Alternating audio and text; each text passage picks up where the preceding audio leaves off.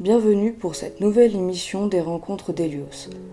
Aujourd'hui, nous allons à la rencontre d'Andy Chien, association reconnue d'utilité publique créée en 1989 qui a formé et remis gratuitement plus de 3000 chiens d'assistance.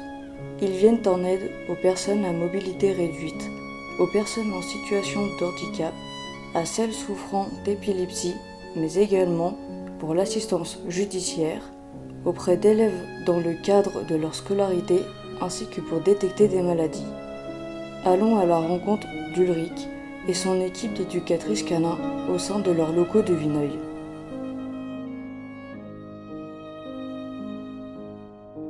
Donc voilà, donc l'or c'est vraiment si vous avez des questions qui concernent tout le côté un peu quotidien avec les chiens sur le centre, comment ils sont travaillés.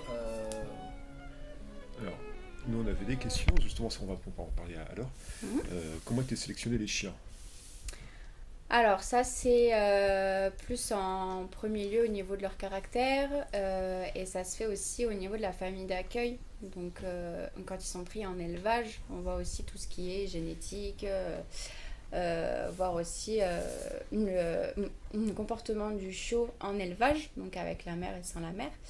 Et c'est un travail ensuite avec la famille d'accueil. Donc ils ont une base à suivre et on voit tout ce qui est la prédation, la relation à l'humain et tous ces genres de choses qui nous aident après en centre à voir au niveau du comportement en quoi ils peuvent être prédestinés ou non et à faire un travail derrière.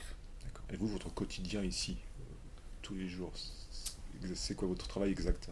Alors le travail exact, c'est nous, on suit les chiens tout au long du processus pendant 6 mois. Donc on a le travail en premier lieu qui est une adaptation au centre quand ils arrivent. Donc il faut qu'on leur apprenne à vivre en box la nuit, vu qu'ils dorment en box par deux généralement. Le travail aussi à s'adapter en gros à la vie en centre parce qu'ils passent d'une vie de famille où ils sont accompagnés par des familles, des référents et là ils sont moins souvent avec des personnes donc il faut qu'on leur habitue aussi à être plus ou moins seuls ce qui a pu être travaillé en famille, ce qui a dû être travaillé en famille mais qu'on remet en place et ensuite quand l'adaptation est faite on fait tout ce qui est travail à côté donc les commandes techniques donc une commande de base comme le habois, le coucher, le tug, le pouce et plein d'autres commandes. Et donc on travaille ça, les détentes qui est très important aussi pour que le chien puisse se défouler. Donc en forêt ou même autour du centre où là il n'y a ni harnais, ni collier, ni laisse, ni commande. C'est vraiment leur moment à eux où ils se défoulent. Et les sorties en ville, au magasin pour vraiment voir tout le comportement du chien quand il y a du monde, quand il n'y en a pas, quand il y a d'autres odeurs.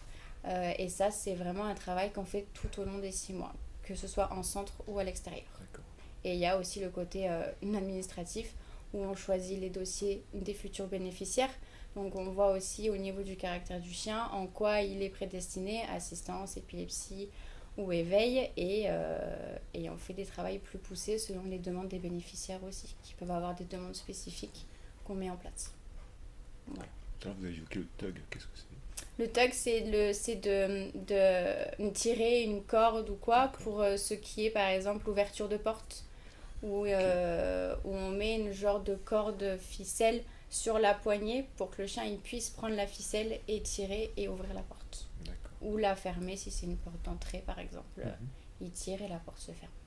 Ok. Et les moments de défoulement, il n'y a pas d'accident, il n'y a pas des chiens qui se sauvent, vous ne connaissez pas ce genre de choses? Alors, on n'en a pas eu, c'est des risques, mais généralement, quand on fait des détentes, les premières sont en longe, où on voit le comportement du chien face aux odeurs, face aux personnes, et on essaye d'aller dans des lieux au maximum où on sait que c'est un lieu spacieux, où il n'y a pas de circulation, donc c'est en forêt ou en parc autorisé aux chiens, et on sait que là, le chien, il peut vraiment faire sa vie, donc on sécurise au maximum l'environnement. D'accord. Pour qu'il y ait zéro avoir le moins d'accidents possible, parce que le risque zéro n'existe pas. Mais c'est vraiment, on fait un maximum pour que le chien il puisse faire sa vie de chien. Et nous, on le surveille, et on fait en longe au début. D'accord. Mais après, s'ils ont un bon rappel, si on voit qu'ils restent quand même relativement à côté, on enlève la longe et ils font leur vie. Camille? Moi j'ai une question par rapport plutôt, est-ce qu'il y a des races qui sont privilégiées ou pas du tout? Alors, il y a plus le golden et le labrador parce que c'est des races dites des races de famille donc, et qui sont prédestinées à être plus facilement, comment je pourrais dire ça, qui sont plus facilement en fait éducables. Donc, c'est des races qui sont très intelligentes et aussi qui sont plus passe-partout. C'est-à-dire que les futurs bénéficiaires vont prendre leur chien au magasin, au cinéma ou dans n'importe quel endroit public. Et c'est vrai qu'il y a des races, j'aime pas dire ça, mais il y a des races qui ne conviennent pas forcément ou qui font que avec le public ça passe pas forcément. Et le golden et le labrador sont des races très intelligentes qui vraiment ils passent partout et on les éduque hyper facilement. Ils apprennent très très vite. Donc c'est et d'une plus facile parce qu'on a un laps de temps qui est quand même relativement court pour apprendre plein de commandes aux chiens. Donc c'est une facilité pour nous et pour le futur bénéficiaire aussi. D'accord. Et vous avez combien de chiens en 6 mois comme ça dressés? Là actuellement dans la promo de décembre à mai on en a 15. Et dans la prochaine promo, donc la rentrée qui va être en juin, pardon, on va en avoir à peu près 20. Quand même. Et c'est à peu près le nombre qu'on aura assez systématiquement dans les prochaines rentrées. Et ils arrivent à quel âge? Enfin, ils ont quel âge les chiens à l'arrivée? Ils ont entre 1 an et 1 an et demi. D'accord. Obligatoirement? Oui, c'est minimum 1 an pour qu'ils puissent vraiment passer en fait un maximum de temps en famille. Et c'est l'âge à peu près où nous on peut après passer au truc plus technique.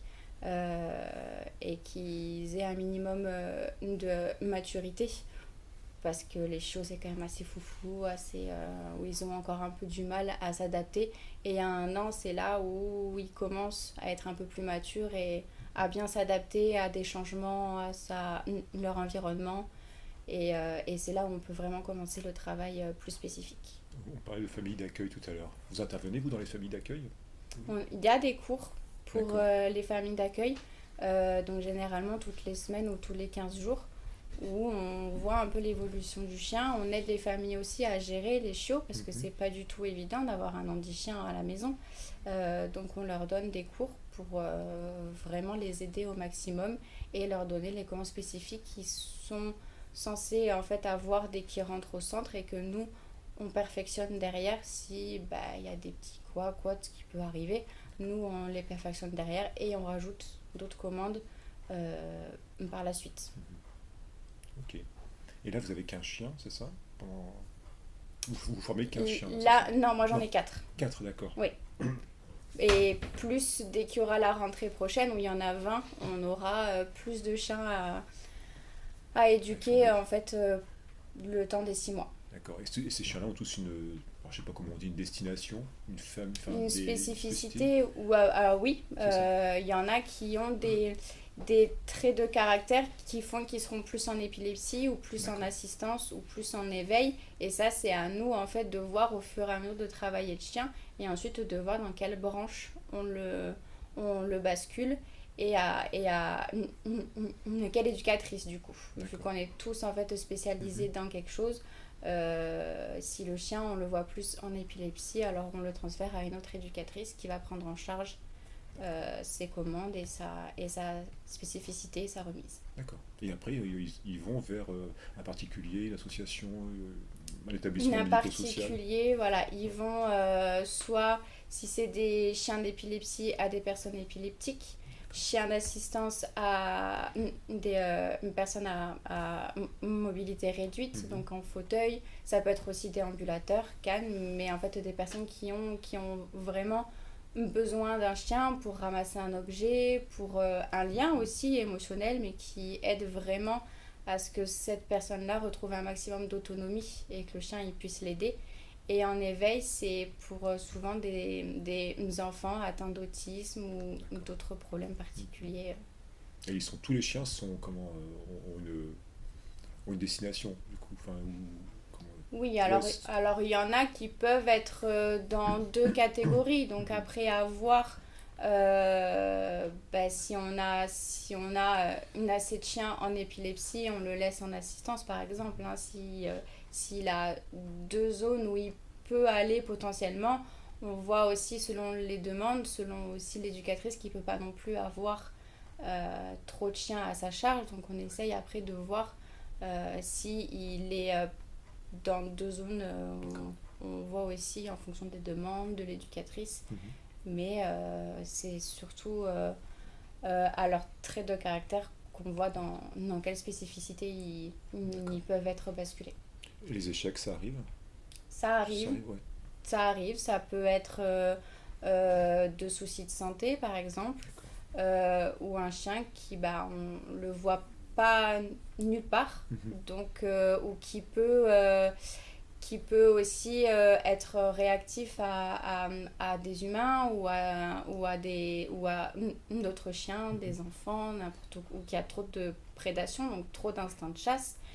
Soit on arrive à le régler et dans ce cas-là, on peut remettre le chien. Si vraiment ça devient très compliqué et que ça peut être dangereux ou pas du tout pratique pour la future personne qui va avoir en charge le chien, le but c'est de les aider et pas de les encombrer avec un chien qui peut avoir un souci de ce côté-là. Donc à ce moment-là, on se dit que le chien il part en réforme ou dans une autre spécificité que nous on fait pas forcément ici, c'est le chien d'accompagnement social.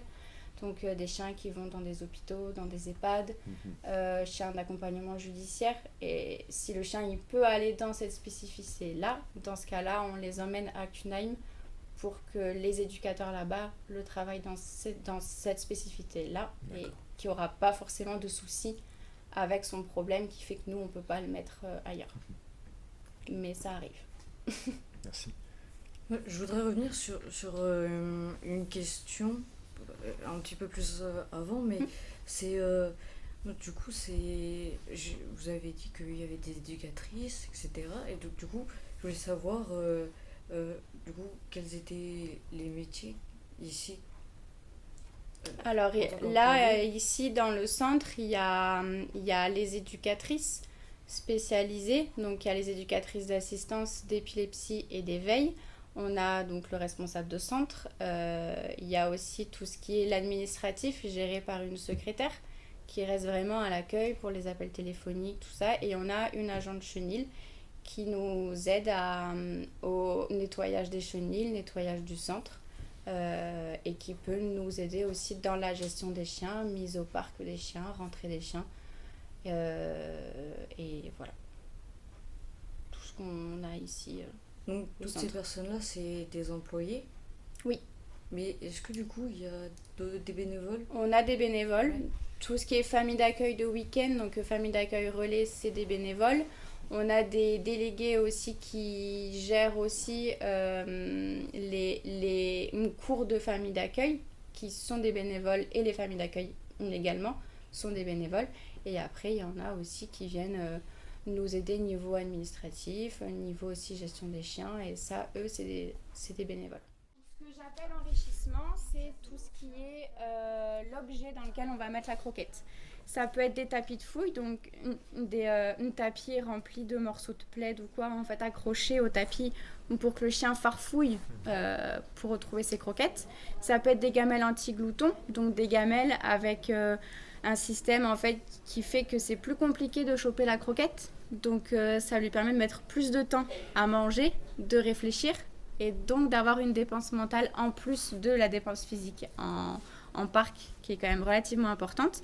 Ça peut être une caisse à jouets, ce qui permet aussi de fouiller jusqu'à trouver la croquette, ou de l'éparpillette. Donc on met partout dans leur parc, histoire qu'ils aillent chercher partout leur croquette. Et ça permet vraiment d'augmenter le temps du repas, ce qui fait qu'ils ne mangent pas trop vite, parce qu'il y en a qui mangent très vite, ça peut être assez mauvais pour leur digestion.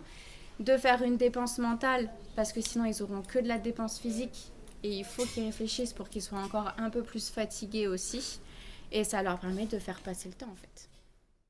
Est-ce que on pourrait avoir un planning, par exemple, d'une journée type ou pas? De nous en tant qu'éducatrices, Ouais. et ben journée type, par exemple, une semaine sur deux. Donc moi, par exemple, je prends mon exemple, je fais soit 7h, 15h, soit 10h, 18h. Et le planning type, c'est quand on arrive à 7h, on sort les chiens en parc parce qu'ils ont passé la nuit en boxe. Donc on les sort en parc, ils ont tous leur meute, donc ils sont tous par groupe. Et ils ont en fait leur parc où ils tournent, tous les jours ils changent de parc. Donc on les fait sortir. Nous après on fait un peu de rangement dans le centre ou de papier administratif, mail le temps que les chiens ils se dégourdissent les pattes. On les rentre pour la première ration. Donc la ration est donnée généralement soit dans des caisses à jouets, des tapis de fouille, histoire qu'ils n'aient pas juste une gamelle à manger une fois. Au moins ça les fait travailler mentalement aussi, ce qui les fatigue aussi, et donc ça les fait aussi se dépenser mentalement. À ce moment-là, si une éducatrice veut travailler un chien, elle récupère son chien et on fait une séance de travail. Et avant d'aller manger, on les ressort un petit peu en parc pour qu'ils puissent faire leurs besoins, jouer un petit peu. Et à midi, donc de midi et demi à 1h30, nous on mange. Et là, on préfère les avoir en intérieur. S'il y a le moindre souci, comme ça, on peut les entendre. Et on a un élu, ce qu'on appelle, qui mange avec nous. Donc qui est là pour qu'on puisse voir aussi comment il se comporte au niveau de la nourriture. S'il est trop intrusif avec l'humain, s'il réclame, s'il est trop gênant ou autre. Et ça nous fait un axe de travail également. Et dès qu'on a fini de manger, on les ressort en parc et après on les rentre au fur et à mesure de la séance de travail qu'on veut faire. Ou nous, quand on finit à 15h, on essaye de faire en sorte que nos chiens aient mangé avant qu'on parte pour libérer aussi les autres éducatrices, histoire de ne pas non plus faire trop grosse charge de travail et de chiens à gérer. Et celles qui finissent à 18h, elles font leur après-midi avec leurs chiens. Elles font en sorte qu'ils aillent tous en parc au bout d'un moment. Et à 17, un peu avant 18h, on les re-rentre en box. On reste un peu avec eux aussi parce que le box, pas forcément très évident pour eux. Donc on reste un petit peu en box avec eux. Et ensuite, on rentre à la maison et ça recommence le lendemain. Et est-ce qu'il y a quelqu'un sur place dans la nuit qui reste au cas où il y a... Dans la nuit, non, il n'y a pas de... Il n'y a pas de personne qui reste avec les chiens. Il n'y a pas de veilleur de nuit, c'est ça? Non. Il y a des caméras par contre? On n'a pas de caméra non Pour les plus. chiens? Il y a un système d'alarme. Il y a un système d'alarme. D'accord. Voilà. Ok. Après, généralement, quand on les met en box, on a fait des tests avant par deux pour bien s'assurer qu'il n'y ait aucun problème. Il n'y a aucune ressource dans le box, donc pas de nourriture, pas de jouets. Il y a juste des couvertures qui généralement ne posent aucun problème. Mais on a fait les tests avant. Donc avant de mettre les chiens par deux en box, on sait qu'ils s'entendent bien et on sait qu'il n'y aura aucun problème. Et en tant qu'éducatrice, vous avez des chiens attitrés ou... Oui. Ouais, c'est ça. Vous avez... Oui. On a nos chiens attitrés qui peuvent après changer s'ils vont dans une autre spécialité que nous, on ne gère pas. D'accord, oui. Mais oui, on a des chiens attitrés, oui. Ouais. Vous avez quelle formation vous avez pour être éducatrice? Alors moi, j'ai fait un brevet professionnel éducateur canin que j'ai fait dans le sud de la France, là où j'étais avant. C'est une école qui se fait sur 1 an et où on voit vraiment tout l'aspect technique du chien, de la gestion d'une entreprise aussi. Et moi, j'ai fait que ça. Après, avant de faire ce brevet, j'étais assistante vétérinaire, donc j'ai le diplôme également. Mais ça, c'est pas du tout obligatoire pour être éducateur canin. C'est vraiment le brevet professionnel qui est le seul diplôme reconnu par l'État, donc qui apporte vraiment un plus au diplôme. Émotionnellement, c'est pas trop dur de quitter un chien qu'on a... Alors ça, je l'ai pas encore vécu. J'ai pas encore fait de remise de chien parce que je suis là depuis fin octobre et la remise est en mai. mais on s'y attache beaucoup. Et à mon avis, la première remise va être un petit peu émotive. Mais oui, on s'y attache et c'est vrai que le fait de remettre le chien, alors ça nous fait énormément plaisir parce qu'on sait que le chien sera mieux en famille qu'en centre. Mais c'est vrai que ça fait un petit pincement au cœur de se dire que on va les voir partir. Ça fait 6 mois qu'on s'en occupe, on les connaît. Ils sont attachés à nous, on s'est attaché à eux. Donc c'est vrai que le lien, il commence à être de plus en plus fort et c'est vrai que ça fait un petit quelque chose de voir les chiens partir. Mais ça, je ne l'ai pas encore vécu, donc Bon courage. merci. Et après aussi, du coup, vous travaillez avec les familles directement qui vont pouvoir bénéficier d'un chien.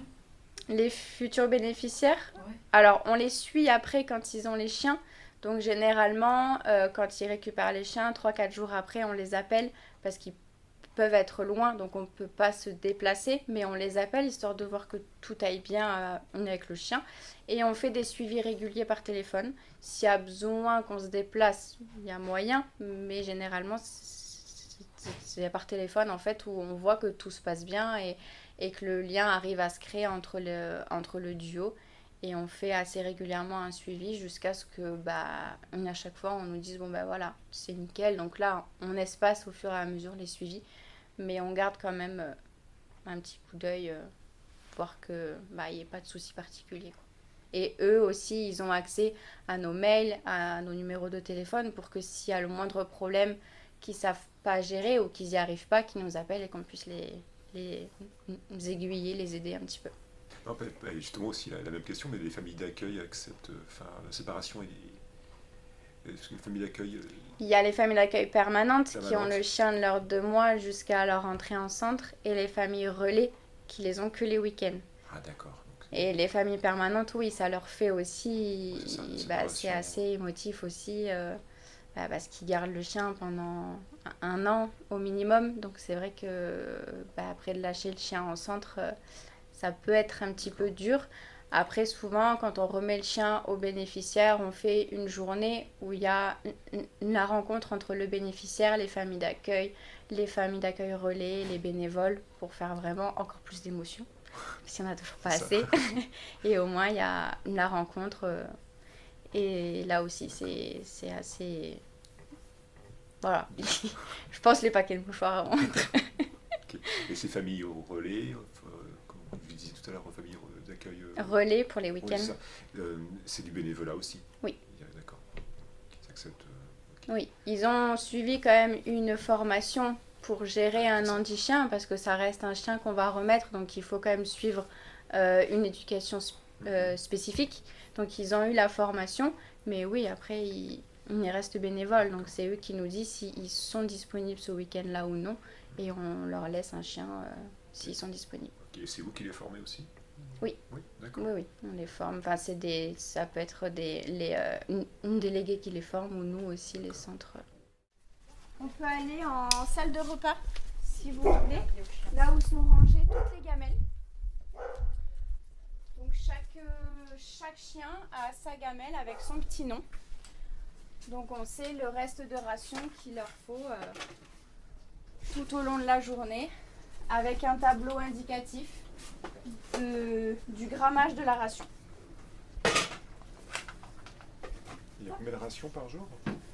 Une seule ration pour toute la journée Ça suffit pour une qu'on journée. fait. Alors là, c'est parce qu'ils ont mangé ce matin. Ah oui, d'accord. Et en fait, dès qu'on les rentre de parc, une fois qu'on les a sortis le matin, on leur donne un petit peu de ration. Généralement, elles nous servent aussi pour les récompenses quand on les travaille en cours de séance. Et à midi, s'ils ont énormément travaillé, on leur donne juste un truc à mâcher ou juste un jouet pour pas leur faire trop non plus. Et ensuite, on leur redonne le reste l'après-midi. Mais généralement, ils sont à peu près tous entre 250 et une 400 grammes par jour. Selon le chien, selon la croquette qu'il mange, parce il y en a certains qui ont des croquettes spécifiques. Donc des croquettes sensibles pour tout ce qui est problème de peau, ou des croquettes au saumon, ou il y en a qui sont restés, donc les premiers jours où ils étaient ici, ils étaient encore aux croquettes chiots. Donc il fallait faire la transition pour les croquettes adultes pour éviter un problème de transit. Et voilà, mais la plupart sont croquettes classiques adultes. Et vous parliez tout à l'heure de l'élu qui a le droit de manger avec vous le midi en Oui. salle à manger, et lui il peut manger autre chose ou Alors, différemment? il mangera ses croquettes dans tous les cas, D'accord. donc on lui donne rien de D'accord. ce que nous on mange en tant qu'humain, parce que sinon ça l'incite à réclamer à table, et le bénéficiaire n'a pas forcément envie d'avoir un chien qui réclame à table, puis c'est pas forcément bon pour sa santé. Il y a des aliments qui sont toxiques et qu'on ne soupçonne pas qu'ils soient toxiques pour les animaux, comme par exemple l'avocat. L'avocat, la pomme de terre, le chocolat, tout le monde connaît, ça, oui. mais il y a des fruits, légumes qui peuvent être vraiment nocifs pour l'animal. Alors ça, c'est à plus ou moins grosse dose, mais dans le doute, on préfère qu'ils ne mangent rien du tout et qu'on dise aux bénéficiaires, voilà, c'est leur alimentation à eux. Après, ils peuvent donner tout ce qui est vache qui rit, étalé dans un jouet ou autre, pour vraiment faire un truc super appétant, des knackis. Ça par contre, ils adorent, donc des knackis dans un jouet ou dans la pochette, histoire qu'on travaille, du fromage coupé. Ça, il n'y a pas de souci, mais c'est vraiment dans la séance de travail ou dans un jouet, pour vraiment dire au chien, c'est ton alimentation, ça change, mais c'est ton alimentation à toi. Oui, donc l'élu du midi, c'est pas vraiment l'élu pour la boue, la nourriture. C'est l'élu dans le sens où il est avec nous.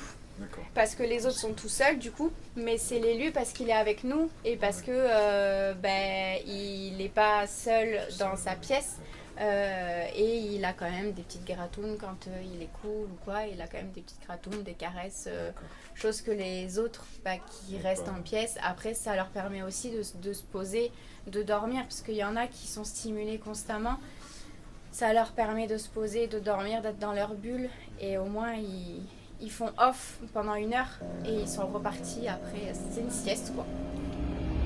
Give me some time to think. I'm in the bathroom looking at me. Facing the mirror is all I need. Wait until the Reaper takes my life. Never gonna get me out alive. I will live 1,000 million lives. My patience is waning. Is this entertaining? Our patience is waning. Is this entertaining?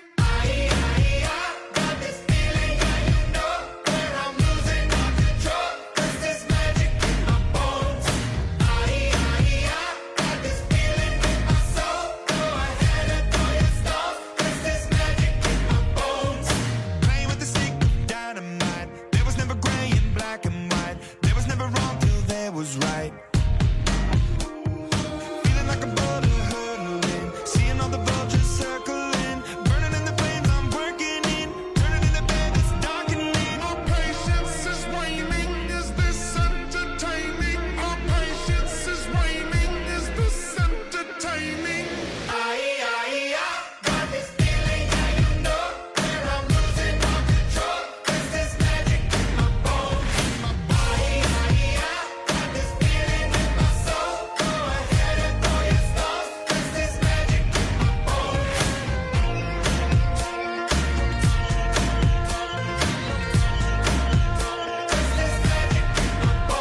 In the mirror of my mind, turning the pages of my life.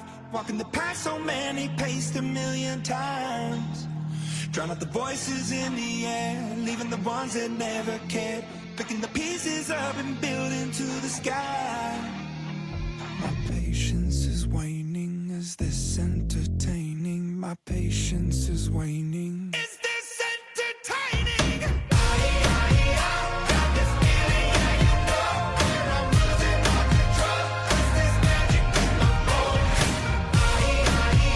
Got this feeling in my soul. Go ahead and throw your stones. 'Cause there's magic in my bones.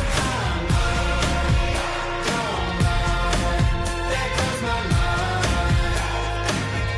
There goes my mind. There goes my mind. 'Cause there's magic in my bones.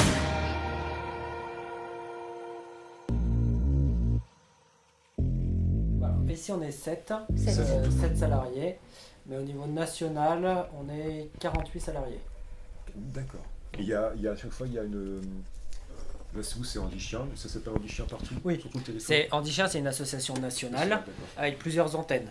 Donc on a 5 antennes, donc 4 centres d'éducation comme Vineuil. Donc il y en a un à Alençon, un à Marcy-l'Étoile, près de Lyon, en Bretagne et donc Vineuil. On a notre centre de formation dont Laure a parlé tout à l'heure, Cunheim, D'accord. qui gère aussi un peu plus l'éducation des chiens d'accompagnement social remis dans des maisons de retraite ou toutes sortes de structures. Et on a notre siège social qui se trouve à Malakoff dans le 92. D'accord. Voilà. Mais du coup, on reste une association nationale avec une antenne bien distincte dans différents départements. Dans différents départements. Ouais.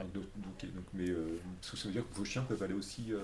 Alors, nous, on remet des chiens, vu qu'on n'est pas très bien répartis au niveau des centres, on s'est installé là où on voulait bien nous aider à nous installer. D'accord. Donc c'est pour ça aussi que il manque un peu de centres dans le sud. Donc du coup, nous, on peut très bien remettre des chiens jusqu'à Toulouse. Ah oui, ok. Voilà, donc bien évidemment, les chiens de la région, c'est nous qui allons les remettre, mais on peut descendre jusqu'à Toulouse, la région parisienne, enfin voilà. Nous, on fait à peu près tout le centre, D'accord. voilà, sauf le nord. Mais de Paris on descend tout le centre jusqu'en bas, c'est à peu près nous. Ok. Voilà. Et au niveau des aides, vous avez des aides pour financer Alors, aide de l'État, Aide peu, de l'État, oui. très peu. Ça correspond à peu près à 2% de notre Financement. budget, Budget. notre financement. Après, ça va être du mécénat, donc des dons d'entreprises, des actions faites par des clubs services diverses, des legs. Voilà, donc après, c'est plutôt à ce niveau-là qu'on va récolter l'argent, quoi. Donc, tous vos salaires, comment ça se passe pour payer un salaire, par exemple, les éducatrices, c'est... Oui, bah du coup c'est dans le fonctionnement en fait, hein. On dit qu'un chien, on dit que nos chiens reviennent à 17 500 € à l'association Pour 6 mois pour les 2 ans. Pour les 2 ans. Pour les 2 ans d'éducation. Dans ces 17 500 et encore, hein, voilà, je pense qu'on est à plus au final, mais dans ces 17 500, il y a les frais, la structure, les frais, les salaires, l'alimentation, les frais vétérinaires, les déplacements des bénévoles, enfin tout ce qui est en place autour des chiens pour pouvoir les remettre. Et ben, c'est pour ça qu'il faut voilà. Et nos chiens sont remis après par la suite gratuitement C'est aux ça, bénéficiaires. d'accord. Donc on a une association de loi 1901 à but non lucratif. Donc on se doit de trouver les fonds pour faire fonctionner l'association, pour pouvoir continuer à remettre nos chiens gratuitement. Comment une personne qui souffre d'un handicap ou de n'importe quel problème, qui prend la décision d'avoir un petit chien et comment ça se passe? Alors, donc la demande est obligatoirement faite de la personne. Il faut que ce soit la personne qui ait envie d'avoir un chien, hein. Donc voilà, une personne atteinte d'handicap ou autre maladie. Donc elle va faire une demande de dossier. Dans le dossier, il y a une partie à remplir par la personne sur sa vie, sur sa maladie, son handicap. Et il y a une partie aussi à remplir du formulaire par son médecin qui la suit. Ce dossier-là est après envoyé au siège qui va être transmis à notre commission d'attribution. Commission d'attribution, on va avoir dans la commission un médecin, un neurologue spécialisé en épilepsie, une ergothérapeute, la fondatrice d'une association, alors je ne vais pas dire son nom parce que c'est une prochaine question. Du coup, on a aussi une maman d'un bénéficiaire qui a un chien d'éveil. Enfin, voilà, on a plusieurs personnes dans cette commission qui sont bénévoles et ils traitent déjà les candidatures sur papier. Voir, parce qu'on a bien évidemment des critères. Malheureusement, on ne peut pas répondre à toute personne positivement. Donc, on a des critères. Donc, on voit déjà si le dossier rentre dans nos critères. Et s'il rentre dans nos critères, il est déjà validé sur papier. Il est ensuite, suivant son département, donné à un des 4 centres, hein, suivant sa région. Et après, la décision finale est faite par nous. Donc, on a une prise de contact avec eux. On va faire une visio, on va essayer de les rencontrer pour parler un peu plus de leur projet, vraiment échanger avec eux.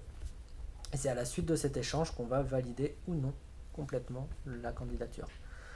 Les raisons pour lesquelles on peut ne pas valider, c'est que nous, ce qu'on recherche, c'est des gens qui veulent un chien au premier abord.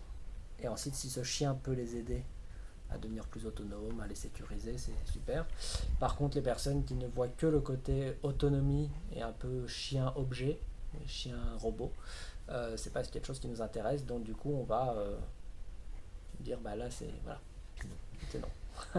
C'est pas comme ça parce qu'il faut il faut apporter tout le bien-être, il faut que le chien soit bien dans sa vie si on veut qu'il apporte l'autonomie dont les personnes ont besoin. Voilà. Et du coup, je voudrais quand même savoir qui a créé l'association. Ah, alors, qui a créé l'association? Donc l'association a été créée en 1989 par Marie-Claude Lebray. Donc c'était l'ancienne directrice, c'est pour ça que le premier centre est à Alençon, qui a été créé. C'était une directrice, une enseignante, pas une directrice, une enseignante d'un lycée professionnel à Alençon, lycée professionnel, et qui a vu un reportage aux États-Unis de chiens d'assistance, et du coup en 1989 ça n'existait pas, il y avait déjà les chiens guides, mais il n'y avait pas les chiens d'assistance. Et elle a décidé d'aller elle-même se former aux États-Unis auprès de l'association, et elle a ramené les méthodes. Les premiers chiens qui ont été éduqués auprès d'Andy Chien ont été faits avec ses élèves. C'était un projet de classe. Elle est revenue avec les 2 premiers chiens d'assistance des États-Unis. Et c'est les élèves qui ont éduqué les chiens à tour de rôle pendant les cours. En fait, c'était un projet mis en place dans le lycée. Et ils ont remis les 2 premiers chiens comme ça. Et après, du coup, voilà, ils en ont acheté régulièrement. Ils ont commencé à créer. C'est pour ça que le premier centre à Alençon est encore dans l'enceinte de ce lycée. Donc il y a le lycée et il y a le premier centre Andy-Chien qui a été créé à côté. Voilà. Et ces méthodes qui viennent des États-Unis ont un nom?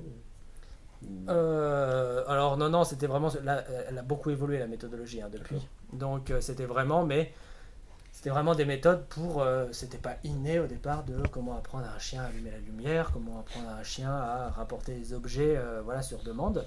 Donc vraiment, ça a été un savoir qu'elle a ramené. Après, bien évidemment, nous, avec le temps, avec l'expérience aussi, on a évolué aussi et puis on a adapté en fonction des demandes aussi qu'on avait des personnes. Mais non, les méthodes qu'on utilise à l'heure actuelle, c'est pas... on a des choses bien précises pour le chien d'assistance, mais sinon ça reste des méthodologies qui sont faites dans le conditionnement et dans l'apprentissage du chien en général. On n'a rien inventé, on adapte juste certaines choses par rapport au futur destin de nos chiens, quoi. D'accord. Est-ce que les bénéficiaires, ils vous rapportent parfois qu'ils ont des problèmes en société ou pour faire les courses ou des choses comme ça? Avant qu'ils aient leur chien ou quand ils ont leur chien? Une fois qu'ils Sur l'acceptation du chien dans les lieux publics? Ouais, ça peut arriver. Du coup, sur des grosses enseignes, sur des gros magasins, ça commence à être à rentrer un peu plus dans les mœurs, mais ça peut encore arriver, hein. Alors souvent, c'est juste une méconnaissance. La plupart du temps, c'est les vigiles, on leur dit pas de chien, donc même si le chien a une cape, pas de cape, et après, souvent la hiérarchie est au courant que le chien d'assistance ou le chien guide sont des chiens qui sont acceptés dans les lieux accueillants du public, donc les gens peuvent passer. Mais ça arrive des fois, il y a des noms francs et définitifs. Donc après, là, à ce moment-là, on essaye d'ouvrir le dialogue. On va essayer de ne pas y aller à l'affront, parce que c'est pas notre politique, mais essayer de faire comprendre aux gens que si le chien est là, auprès de cette personne-là, c'est qu'elle en a besoin dans son quotidien, aussi bien peut-être pour de l'autonomie, mais juste pour la sécuriser, dans peut-être des lieux comme des centres commerciaux qui sont pas forcément évidents pour elle, par rapport au regard des gens, ce genre de choses. Et donc du coup le chien l'aide à supporter un peu plus ça au quotidien. Donc voilà, donc après on essaye d'expliquer pour que ça se passe au mieux et que les gens n'aient pas de soucis. Mais oui, c'est beaucoup de diplomatie pour apprendre mais plus au final, chacun de nos bénéficiaires, de nos familles d'accueil, des éducateurs quand ils vont travailler avec le chien qui a sa cape, et du coup, dès qu'on fait un peu de communication, ça permet de faire connaître de plus en plus Andy Chien et d'avoir de moins en moins de difficultés après par la suite pour faire rentrer. Nous ici, dans le Loir-et-Cher, vu qu'il y a un centre d'éducation, beaucoup de familles d'accueil, les éducateurs, on n'a pas de problématique. En fait, par exemple, non, mais ma dernière question, là, du coup, si, peut-être aussi, je peux la poser, si. Oui. En fait, moi, je me demandais si par exemple, il y a une personne qui a déjà son chien, mais dans sa vie, il lui arrive un accident et du coup, cette personne-là aimerait que son chien puisse être formé pour continuer de l'avoir et Ah. qu'il puisse l'aider. Un chien de particulier. La personne avait déjà un chien, son chien. Alors non, malheureusement, nous, on fait pas ça. On fait pas ce genre de choses parce qu'on a des réglementations bien précises, effectivement, par rapport à cette fameuse labellisation. Et du coup, voilà, il faut que nos chiens, du coup, rentrent vraiment dans des critères bien précis. Et c'est toute une autre méthodologie d'éducation. Il y a d'autres associations qui le font. En France aussi. Mais du coup, nous, on le fait pas parce qu'après, ça veut dire qu'il faut énormément suivre cette personne pour qu'elle puisse éduquer son chien pour en faire un chien d'assistance. Il faut que le chien, s'il a déjà 3 ans, puisse avoir le bon caractère pour être chien d'assistance. Enfin, ça ajoute beaucoup, beaucoup de choses. Et à l'heure actuelle, avec les centres, les chiens à gérer, les éducateurs, ils n'ont pas le temps d'aller suivre des personnes comme ça un peu en individuel. Donc ça, c'est quelque chose que nous, on fait pas. Si une personne veut un chien d'assistance, c'est pas... Par contre, ça ne bloque pas si elle a déjà son propre chien. On peut remettre un chien d'assistance alors que la personne a déjà son chien, ça c'est pas gênant. Mais voilà, il faut que le chien vienne ait été construit dans l'association anti-chien. Mais dans l'absolu, c'est possible, avec n'importe quel chien. Alors il faut que l'autre chien soit sociable en face. Ouais, si d'accord. on a un tueur, D'accord. non. Mais c'était rare chez les chiens. Donc oui, si l'autre chien est sociable et tout, on demande juste une rencontre pour être sûr. Mais oui, il n'y a aucun souci. Au contraire, il y a beaucoup de chiens d'assistance qui vivent avec d'autres chiens de compagnie, qui vivent avec des chats, avec des poules. Enfin, c'est pour ça qu'on a un chat ici, Cricket. Voilà, qui est la mascotte et qui permet aux chiens d'apprendre à cohabiter avec les chats. Ah, c'est cool ça. Ouais. Mais du coup, pendant le temps de la formation, personne n'est vraiment entre guillemets propriétaire. C'est après, enfin. On reste propriétaire. Ouais. L'association, nous, on reste propriétaire de nos chiens même après remise. Ok. Les gens, c'est les détenteurs, c'est les gardiens du chien. Donc après, si tout se passe bien, c'est leur chien. Enfin, voilà. Il y a juste sur les papiers où on reste propriétaire. Pourquoi on reste propriétaire? C'est pour se garder quand même la possibilité de pouvoir récupérer nos chiens à n'importe quel moment si vraiment il y a un gros souci. Soit, malheureusement, la personne décède, elle n'a pas de famille. C'est nous qui récupérons le chien, il n'y a pas de question à se poser, il ne va pas être placé ou mis en fourrière, ou voilà. On est le propriétaire, on récupère le chien, on peut après le replacer et puis je vais voir ce qu'on fait de l'animal. Mais aussi, malheureusement, pour des problèmes de maltraitance. C'est très rare, mais ça peut arriver. Nous, on sélectionne les gens, on les voit pendant 15 jours pendant le stage. Des fois on n'arrive pas à déceler certaines choses et on se rend compte qu'au final on a des témoignages de personnes qui nous disent que voilà, ce chien ne serait pas forcément tout le temps bien traité. Si on a plusieurs, on le prend en compte, on regarde un peu ce qu'on peut faire, on essaye de faire un point, d'aller se déplacer. Si on a plusieurs appels, voilà, du coup ça peut nous permettre, si vraiment on se rend compte qu'effectivement ce chien n'est pas bien traité, de pouvoir le récupérer sans difficulté. Je parle de ça, c'est vraiment infime. Heureusement.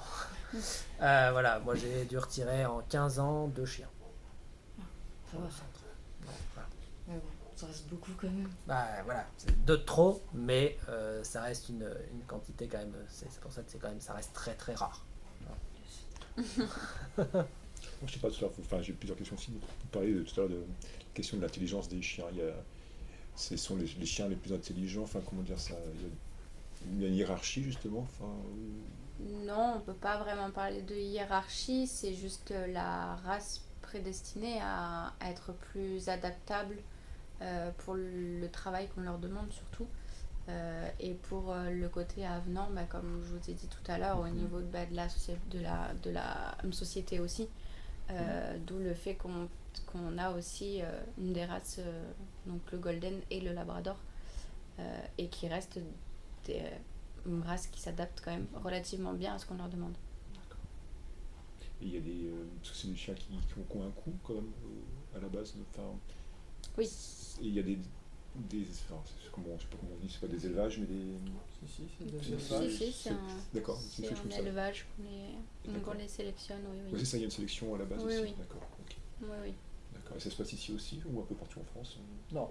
Alors les élevages, c'est dans toute la France. En France. C'est des élevages de chiens de particulier qu'on utilise. D'accord. On achète quelques chiens au CZK, qui est un élevage un peu plus spécifique pour les chiens guides d'aveugles. D'accord. Parce que eux ont des structures, ont leur propre élevage aussi sur certains sites. Nous, on n'a pas à l'heure actuelle. On a quelques chiennes reproductrices comme ça placées auxquelles on fait des portées, mais c'est infime pour l'instant. Et donc du coup, c'est des élevages de chiens de particuliers, mais c'est pour ça que, comme le disait Laure, on sélectionne les chiens, c'est-à-dire qu'on va faire toute une batterie de tests quand on va voir la portée.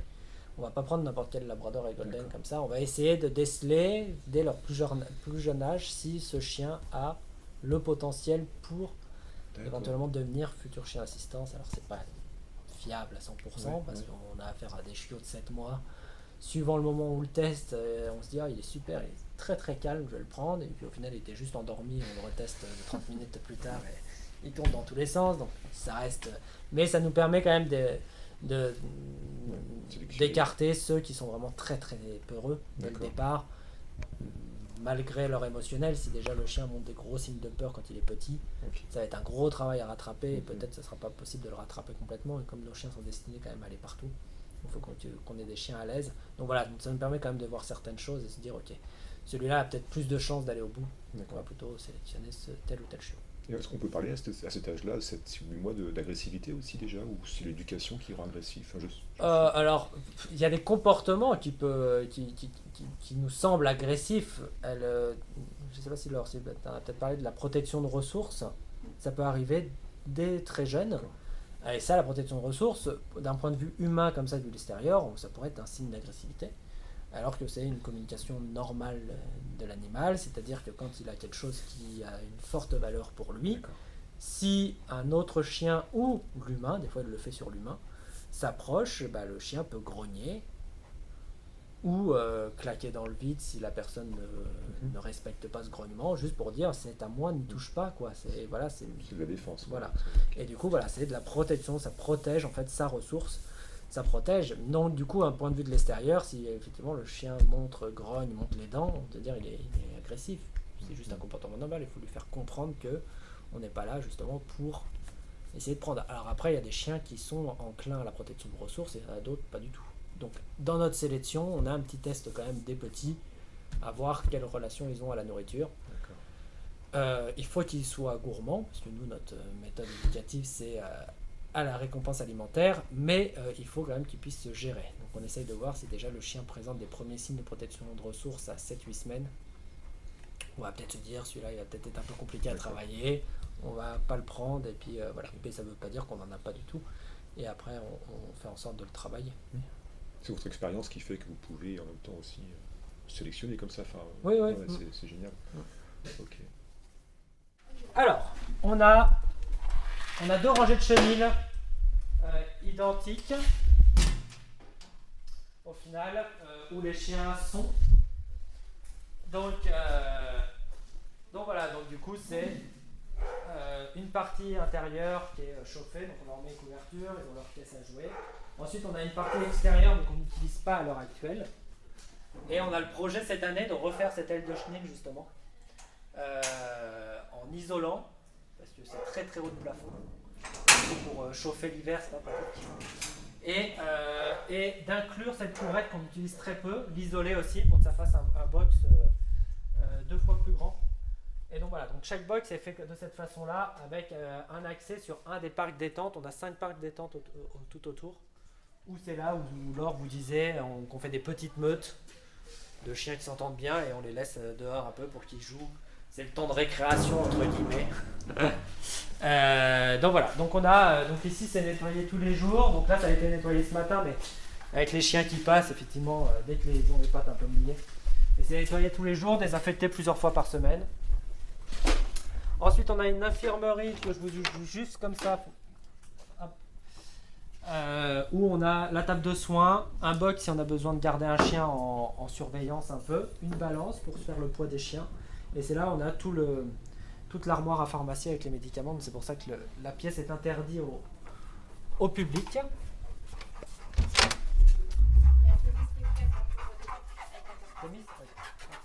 Merci. La photo, vous voulez la faire où? Dans la salle? ben, on va rentrer dans la salle, je vais aller chercher la chienne. Donc, salle de travail, que vous avez vu où Laure était tout à l'heure. Donc là, en fait, les courettes, elle vous a peut-être expliqué, mais c'est pour... souvent, il y a un éducateur qui travaille, il peut mettre deux autres de ses chiens pour leur apprendre à être calmes pendant qu'ils sont en train de travailler, et puis hop, ça switch un peu comme ça.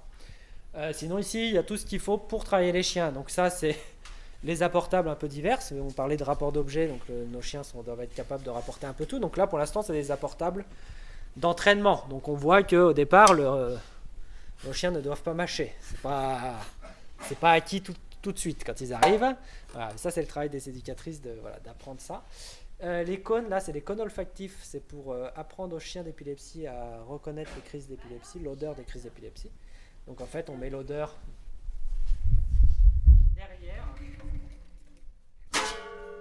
Là, il y a un pot qui se met où il y a l'échantillon de l'odeur de la personne en crise. Et le chien met son nez ici pour sentir l'odeur. Et donc en fait, il y a toute une ligne des 5 pots avec une odeur crise, les autres odeurs de la personne hors crise. Et du coup, le chien doit marquer le bon pot. Donc voilà, donc ça c'est pour travailler l'épilepsie. Ensuite, vous pouvez voir que il y a les interrupteurs à différentes hauteurs qui sont ici pour travailler les lumières, et également du coup les fauteuils roulants, voilà, pour apprendre aux chiens. Je vous propose, on va peut-être la faire monter un peu. Est-ce qu'on la ferait pas un petit assis devant l'affiche là pour faire la photo, non? Ça vous va?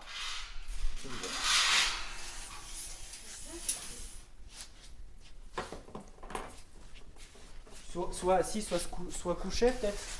Couché, c'est bon là? Hop. Oui, prenons la main, Tu la couches de côté pour que du coup on puisse...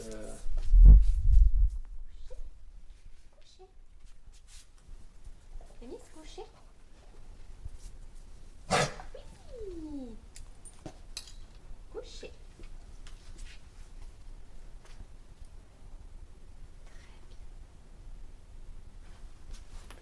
C'est bon? C'est bien. Merci beaucoup. Super. Elle est trop forte. Elle est trop forte. Donc là vous voyez, il y a la récompense alimentaire, la voix. Elle est trop forte. C'est important. Voilà, pour du coup leur montrer que voilà, c'est ça qu'on attendait d'eux. Des bisous. Et doudou. Ok. Donc voilà un peu pour cette salle-là, en sachant que les éducatrices peuvent travailler un peu partout dans le centre. Mais ici c'est la salle un peu plus grande. On a le lit médicalisé parce que nos chiens n'ont pas le droit de monter sur les lits sans demande. Mais par contre on a des demandes de personnes qui veulent un contact au lit parce que c'est quelque chose qu'ils apprécient. Ou même des enfants, des fois atteints de troubles autistiques ou polyhandicapés qui peuvent pas forcément... qui se couchent au lit de bonne heure, et là du coup on peut demander au chien, c'est un petit contact au lit le soir pour faciliter l'endormissement et apaiser les enfants. Donc voilà, chaque pièce nous sert aussi à mettre un chien pour lui donner à manger ou ce genre de choses, c'est pour ça qu'il y a des couchages, mais hop, donc la baignoire adaptée où le chien monte de lui-même, on n'est pas comme ça obligé de les porter. Bon, ça c'est une machine qui permet la dilution du shampoing automatiquement. Machine, parce qu'il faut une grosse machine aussi avec beaucoup de couverture à laver. Le congélateur, on va mettre là tous les jouets où on va mettre des croquettes, qu'on va mettre au congélateur pour que ça leur fasse des occupations après par la suite. Donc voilà, donc on a toutes les récompenses aussi au congélateur ici. Et puis voilà, les vestiaires. Ici c'est la salle de préparation des repas. Où on a actuellement les 15 chiens qu'on vous disait sont tous listés ici, avec leur quantité par jour et ce qu'ils mangent comme type de croquettes. Nous avons une autre petite salle de travail où là c'est si les éducatrices ont besoin de... Ah bah voilà, cricket.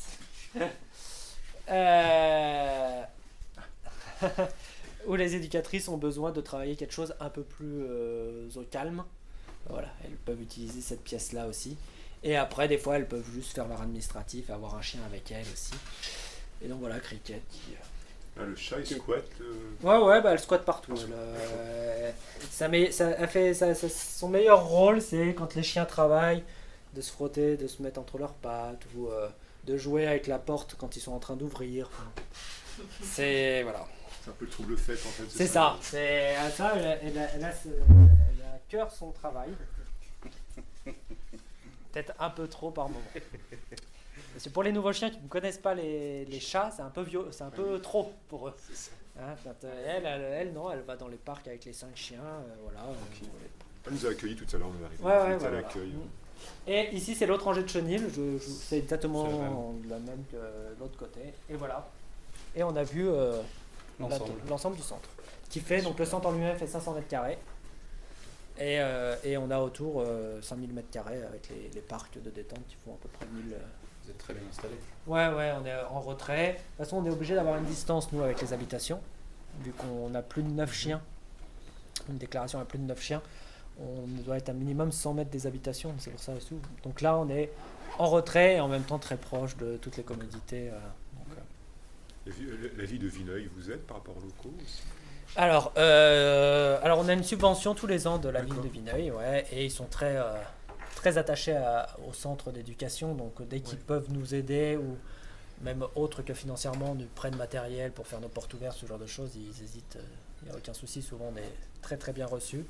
Et après, voilà, et on était aidé par le département, on l'est toujours, mais d'une autre façon, pour qu'on soit un peu plus libre de faire effectivement des travaux, là, comme les projets qu'on a de réhabilitation des chenilles. On a signé un bail emphytéotique. Qu'est-ce que c'est ça? Alors, un bail emphytéotique, c'est qu'on a une mise à disposition des locaux pendant 60 ans pour 1 euro symbolique. Okay. Voilà. Donc, pas de location. on a plus de loyer, on a plus, voilà. Donc du coup, c'est une façon d'aider. Une façon d'aider, de nous soulager un peu tous les ans et d'être un peu plus libre dans ce qu'on souhaite faire, parce que sinon après dès qu'on devait faire quelque chose, il devait y avoir l'accord du département.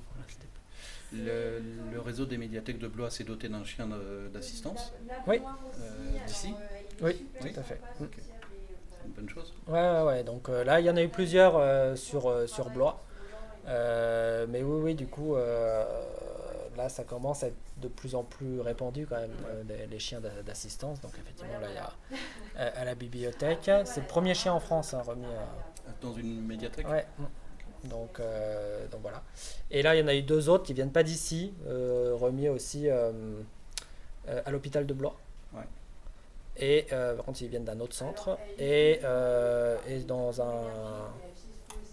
une structure aussi. Eh ben, merci beaucoup. Merci à vous de vous intéresser à l'association. Ouais, c'est une belle association. La carte. Dans mon Vous avez les petits dépliants. Les petits dépliants. Ça, c'est les 2 derniers. J'en ai un. Voilà, c'est les 2 derniers Ouais, mis à jour. Après, les autres sont un peu plus vieux, mais ça vous servira pas trop dans le discours. Mais dans ce dépliant-là, vous avez vraiment les 7 de quoi faire du texte. les 7 spécialisations des chiens. Ah oui, tout est ok. Voilà, donc vraiment tout ce qu'on fait.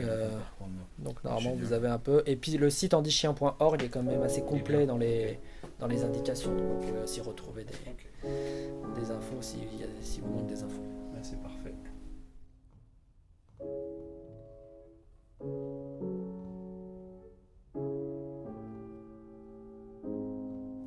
Vous pourrez réécouter cette émission en podcast sur le site de Studio Zef quand vous le voulez.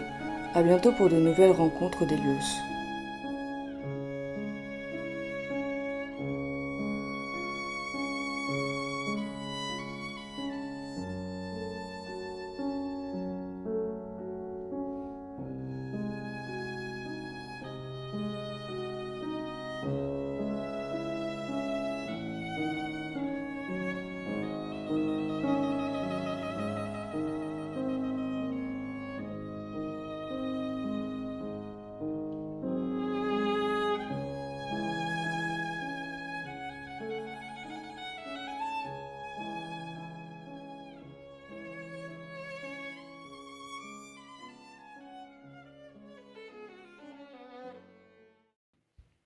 Yo les gens, ça a été un plaisir de faire cette vidéo pour vous. Si vous l'avez aimé, pensez à mettre un pouce en l'air juste en dessous et à vous abonner pour ne rien louper. N'hésitez pas à me suivre sur mes réseaux sociaux qui sont Instagram, TikTok et Fourmise. Et si vous voulez continuer de me soutenir, rendez-vous sur ma page Utip. Tous les liens sont en description. À bientôt!